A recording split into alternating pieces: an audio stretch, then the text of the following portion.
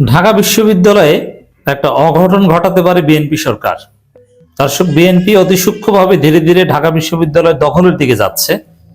ঢাকা বিশ্ববিদ্যালয় থেকেই ছাত্র দলের যে সন্ত্রাসী রাজনীতি, পেশি শক্তির রাজনীতি, সেটা শুরু হতে পারে।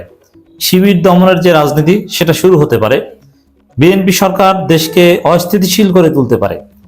বিশ্ববিদ্যালয়ের শিক্ষার্থীরা আবার বিএনপি সরকারের বিরুদ্ধে ফুঁসে উঠতে পারে। এটা অনিবার্য।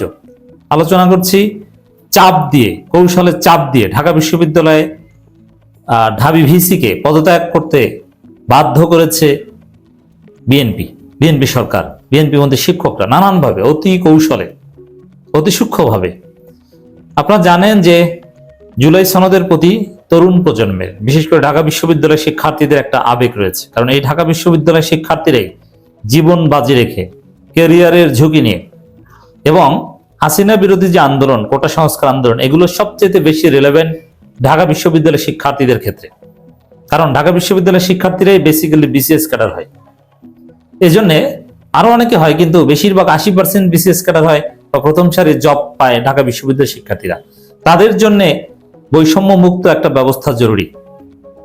তো এই জায়গায় সেই জুলাই সনদ সংস্কার, বৈষম্য মুক্ত একটা রাষ্ট্র ব্যবস্থা, এটা ঢাকা বিশ্ববিদ্যালয়ের শিক্ষার্থীদের জন্য সবচেয়ে বেশি রেলেভেন্ট। আর সেই ঢাকা বিশ্ববিদ্যালয়ে শিক্ষার্থীদের কাছেই জুলাই সনদ একটা ইমোশনের জায়গা, সঙ্গত কারণে। অতএব সেই জুলাই সনদকে অস্বীকার করছে বা ভুলিয়ে দেওয়ার চেষ্টা করছে কিংবা ধামাচাপা দেওয়ার চেষ্টা করছে বিএনপি সরকার। অতএব বিএনপি সরকারের বিরুদ্ধে ঢাকা বিশ্ববিদ্যালয় জেগে উঠবে, এটা অনিবার্য।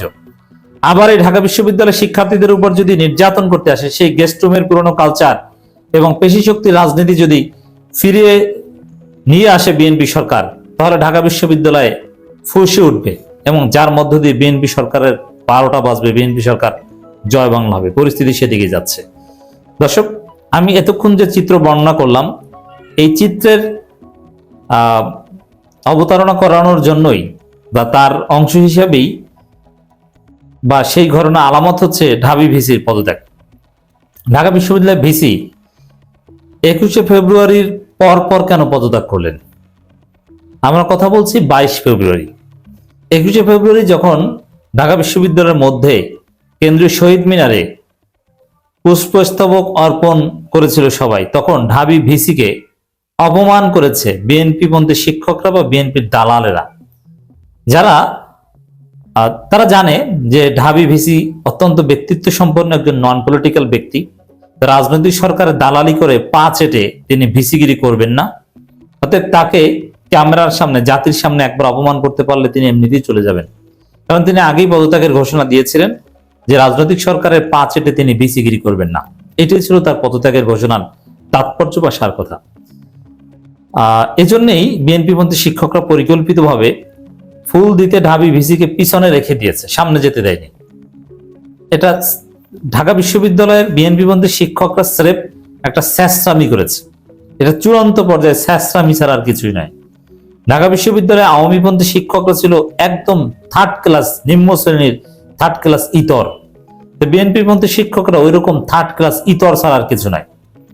এই ইতরামি করে ঢাকা বিশ্ববিদ্যালয়ের ইতিহাসে অন্যতম শ্রেষ্ঠ ভিসি, নন পলিটিক্যাল ভিসি, যেই ভিসি ঢাকা বিশ্ববিদ্যালয়কে সবচেয়ে শান্তিপূর্ণ একটা সময় দিতে পেরেছেন, এরকম স্থিতিশীল এবং সবার অধিকারের একটা ঢাকা বিশ্ববিদ্যালয় অতীতে কখনো হয়নি।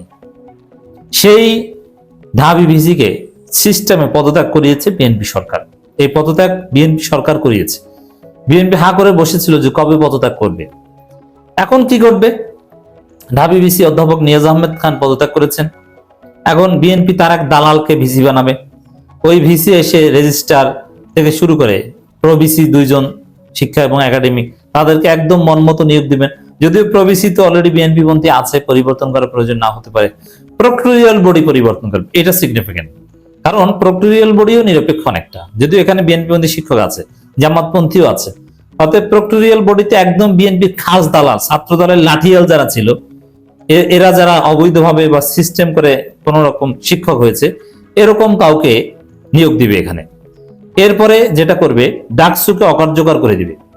এরপরে দেখবেন যে এখন পর্যন্ত বিএনপি ক্ষমতা আসার পরও কিন্তু সাদিক, ফরহাদরা, মহিউদ্দিনরা ভালোভাবে মুভ করছিল এবং শিবির ইফতার পার্টি করছে বড় বড়, এবং ডাকসুকে মূল্যায়ন করছে। কিন্তু জগন্নাথে কিন্তু ডাকসু অকার্যকর করে দিয়েছে নির্বাচনের পরের দিনই। জগন্নাথের ভিপিজিএস কে বিশ্ববিদ্যালয় কর্তৃপক্ষ গণে না, তাদেরকে কাজ করার অনুমতি দেয় না, তাদেরকে ঘুরায় যে অমুক জায়গায় দরখাস্ত নিয়ে যাও, সেখানে গেলে বলে যে অমুক জায়গায় যাও, সেখানে গেলে বলে যে তমুক জায়গায় যাও, তারপর তমুক জায়গায় গেলে বলে যে এখন তো সুযোগ নেই। এখন ঢাবি ভিসির পদত্যাগের পর পদত্যাগপত্র, আমরা যখন কথা বলছি তখন পর্যন্ত পদত্যাগপত্র গৃহীত হয়নি, অবশ্যই হবে। পদত্যাগপত্র গৃহীত হওয়ার পর তারেক রহমানের নির্দেশে এহসানুল হক মিলনের যোগ সাজসে তাদের প্রিয় চুপ্পু একজন ভিসি নিয়োগ দিবেন। ওই ভিসি ডাকসুকে অকার্যকর করে দিবে। প্রক্টোরিয়াল বডি দেখবেন যে ডাকসুকে কোনো অনুমতি দেয় না প্রোগ্রাম করার, যে এই প্রোগ্রাম করতে, যে প্রোগ্রাম করে অঘোষিত বৈধতা ছিল, এখন বলবো যে দরখাস্ত নিয়ে আসো। দরখাস্ত দিতে যাবে ভিসির কাছে, ভিসি বলবে যে ভিসি ঘুমায়, 2 ঘন্টা অপেক্ষা করো। 2 ঘন্টা পর বলবে যে এটা তো ভিসির কাজ না, এটা রেজিস্ট্রারের কাজ। রেজিস্ট্রারের কাছে গেলে বলবে এটা তো প্রক্টরের কাজ। প্রক্টরের কাছে বলবে যে প্রক্টর স্যার বাড়ি গেছে। আসবে, আসার পরে বলবে যে সে তো বিএনপি পার্টি অফিসে আছে, সে তো ভাইয়ের আমন্ত্রণে ইফতার পার্টিতে গেছে, তোমরা পরে আসো। এভাবে ধীরে ধীরে পুরো ডাকসুকে অকার্যকর করে দিবে। এর অনিবার্য পরিণতি এক পর্যায়ে ঢাকা বিশ্ববিদ্যালয়ের শিক্ষার্থীরা ফুঁসে উঠবে। বিএনপি সরকার যে অপকর্ম শুরু করেছে, চাঁদাবাজি থেকে শুরু করে বৈধ চাঁদাবাজির বৈধতা দিয়েছে, হত্যা খুন এটা শুরু করেছে, শ্রমিক হত্যা করছে, ড্রাইভার হত্যা করছে চাঁদা না দেওয়ার অভিযোগে, এবং সারা দেশে একটা অস্থিতিশীলতা, মানুষের মধ্যে একটা ভয়ের সংস্কৃতি, ক্ষমতা নিতে না নিতেই দ্রব্যমূল্যের ভয়ানক ঊর্ধ্বগতি। এই পরিস্থিতিতে আবার ভারতের দালালি, ইনকিলাব, ঢাকা বিশ্ববিদ্যালয়ের শিক্ষার্থীদের প্রাণের স্লোগান ইনকিলাব জিন্দাবাদ। হাসিনা পতনের আগে পুরো ঢাকা বিশ্ববিদ্যালয় ইনকিলাব জিন্দাবাদ স্লোগানে প্রকম্পিত হয়েছিল। সেই স্লোগান নাকি দেয়া যাবে না, মানে অথরিটারিয়ান পাওয়ার ব্যবহার করতে চাচ্ছেন, যেটা পারলে এরা আইন করে নিষিদ্ধ করে যে ইনকিলাব জিন্দাবাদ স্লোগান দেয়া যাবে না। তো এইভাবে ধীরে ধীরে ঢাকা বিশ্ববিদ্যালয়ের শিক্ষার্থীদের টুটি চেপে ধরে আওয়ামী লীগ যেরকম ফ্যাসিবাদ কায়েম করেছিল, ঢাকা বিশ্ববিদ্যালয়ে ছাত্রলীগের সন্ত্রাসের রাম রাজত্ব কায়েম করেছিল, সেরকম ঢাকা বিশ্ববিদ্যালয়ে ছাত্রদল, বিএনপি সরকার আবার সেই সন্ত্রাসের রাম রাজত্ব কায়েম করতে যাচ্ছে। আপনারা দেখবেন যে হল দখল শুরু হয়ে যাবে নতুন ভিসি আসার পর, এবং হলের যে বৈধ অ্যালটমেন্ট সিস্টেম, এটা ধীরে ধীরে, একদম রাতারাতিতে হয়নি। যেমন যেটা আগে হতো যে নির্বাচনের দিন রাতেই যারা জিততে যাচ্ছে তারা দখল করত, আর পরাজিতরা সার্টিফিকেট, ট্রাঙ্ক, ল্যাব খাতা না নিয়েই চলে যেত। কিন্তু এবার এইসব নেওয়ার সময় পাবে।